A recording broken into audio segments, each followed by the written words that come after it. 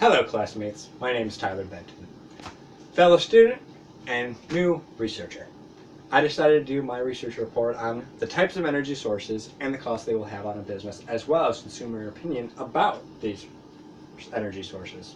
Now, we will be delving into the types of energy sources that we use, as well as the cost that each one will have per kilowatt hour, as well as the effects upon us, the consumers, the businesses, as well as the entire world. Now, to begin, we're going to start with the types or the sources of energy that we use. The first of these sources was fossil fuels. I did a survey on 40 people. 8 people surveyed said that they prefer fossil fuels to be their primary energy source. Now, that does not match up with actually how many people or how much energy we actually use of this energy source, which accounts for about 64.5% of all of our energy used here in the United States as well. But only 20% of people say they like it, so that doesn't really match up. Now, to go into what is fossil fuels? Fossil fuels would be coal, which makes up about 30% of all of our energy used here in the United States. And then we move on to natural gas, which makes about 34%. It's actually a very important thing. I didn't know it was the top one. Out of all the energies, you wouldn't think natural gas. I always thought coal was the max, but it's not. Now, oil. You always hear the name big oil, big oil, big oil, right? That's not true in the energy sources at all. Big oil is not a big factor whatsoever, to be honest. It only makes up 0.5% of all of our energy sources. Now, renewable, 19 people said that they prefer renewable energy as their primary energy source. This is actually very interesting because it makes 47.5% of people say we want renewable energy. Now, why is that? Why is there such a big gap? Because only about 14% of all of our energy is renewable, but there's a giant gap. Now, what I did my research on, you saw, or my survey on, the millennial generation, the younger people want this green energy. They're the reason for this big skew. If the older generation was about it even, there was a big skew in that younger generation that pushed it down to the top. Now, renewable energy, solar, only makes about 1% of all our energy, surprisingly. Now, we'll get into details why later on in the report, but just know 1%. Now, wind-wise, wind makes up about 6% of all of our energy, which very, very good for wind. Like, very, very good. Wind's very good, nice turbines, spinning. Now, hydroelectronics, which surprised me, dams, water dams, make up about 7% of all of our energy in the United States. Now, if you think about it, 7%, not too big in the mass picture, but if you put it just in the renewable energy category, that means that half of all of our renewable energy comes from dams. Very effective, apparently, but very limited as well, though. So now we're going to move on to nuclear. 13 people said that they prefer nuclear energy as their dominant one. Now see, only 20% of our energy, though, is nuclear. So there was a big gap there, too, and it made me wonder. So I did a bit more research, right? Here in North Carolina, 1/3 of their energy comes from nuclear power plants. So that number actually matches up because it comes to 32.5, and then 33%, it comes straight up. So those are the different types of energy. Now we're going to move, how much do they cost, the money, So, one second. So, to start with, fossil fuels average out at 4.65 kilowatts per hour.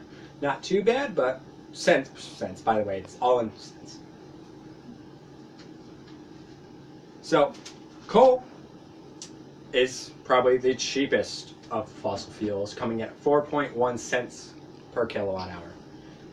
And then natural gas comes in at 5.2 cents per kilowatt hour. And then oil, unfortunately, I couldn't find anything on oil about kilowatt hours. I looked and looked for days upon weeks, and I was unable to come up shorthanded with anything really reliable. So I had to exclude it from this report, unfortunately. I'd rather give you no information than false information. So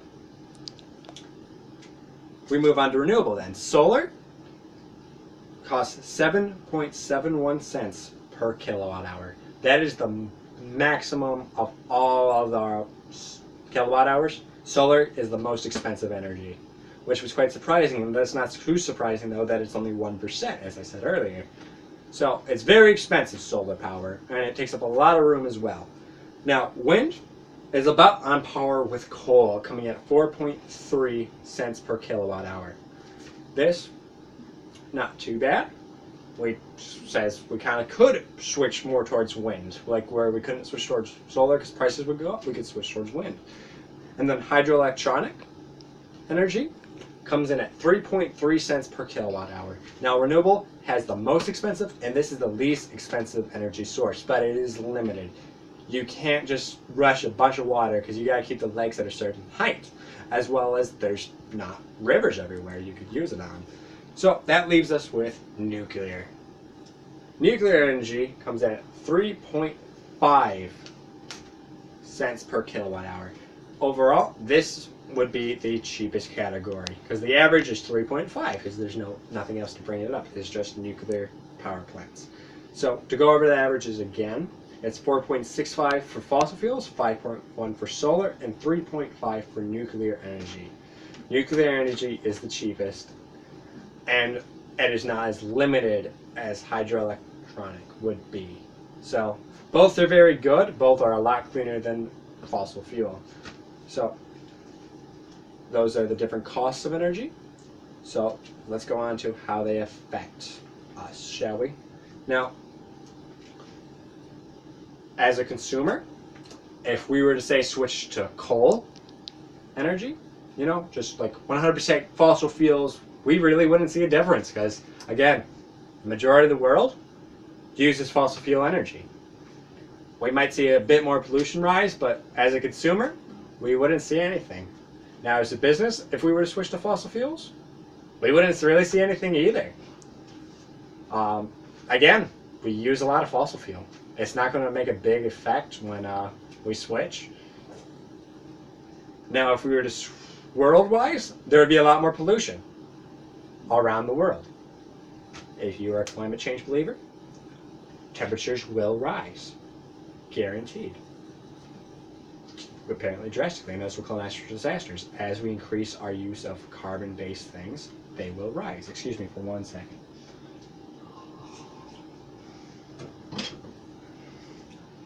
Now, as a business, if we were to switch to coal, what would happen, you're probably wondering?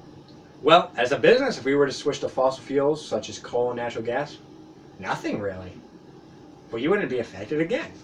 Same premise as the consumer. We're not using it that much. As a business, if we were to switch to renewable energy, our prices would probably have to go up. Averaging out, renewable energy costs more than the average fossil fuel energy. So we would have to pay more money out of our pocket. Our prices would have to go up to cover that because as a business owner, I wouldn't want to pay for that extra energy cost. I'm going to make the consumer pay for it. So prices would go up if I was a business. That is just kind of guaranteed. There's nothing you can do to really avoid it. Now, world-wise, what would we see with renewable energy? There's a popularity, so a lot less people would be frustrated around the world. We'd see a lot cleaner. Prices would rise. Economy? I wouldn't go as far to say there would be economical problems, but we could see them.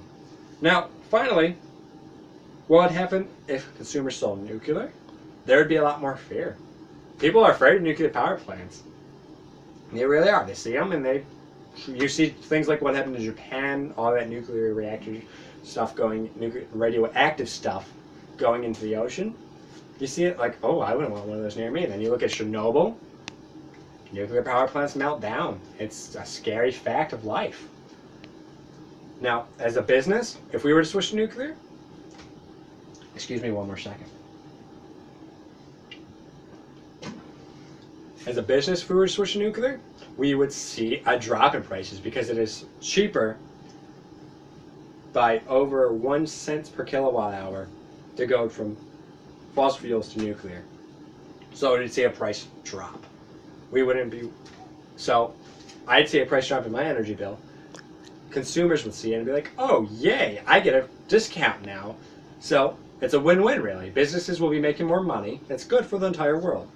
Now, world-wise, if we saw nuclear, we would probably see an increased attack upon nuclear power plants worldwide by terrorist organizations. Excuse me. 1 second. By terrorist organizations. we'd see a lot more attacks upon them because there would be a lot more nuclear reactors, and we'd have to protect them very, very well to make sure terrorists weren't destroying these things. Because a terrorist hits one of these, it's going to blow up big. Like, we're talking Chernobyl, like it's going to melt down and be really, really bad, and these will become targets for terrorists around the world. Now, in conclusion, what we'd be looking for personally, out of all my research, probably the best option would be to diversify all of these. The best two energy sources, I would say for us to go hydroelectronic, because it is flat out the cheapest. We put one of those wherever we can, we are saving money.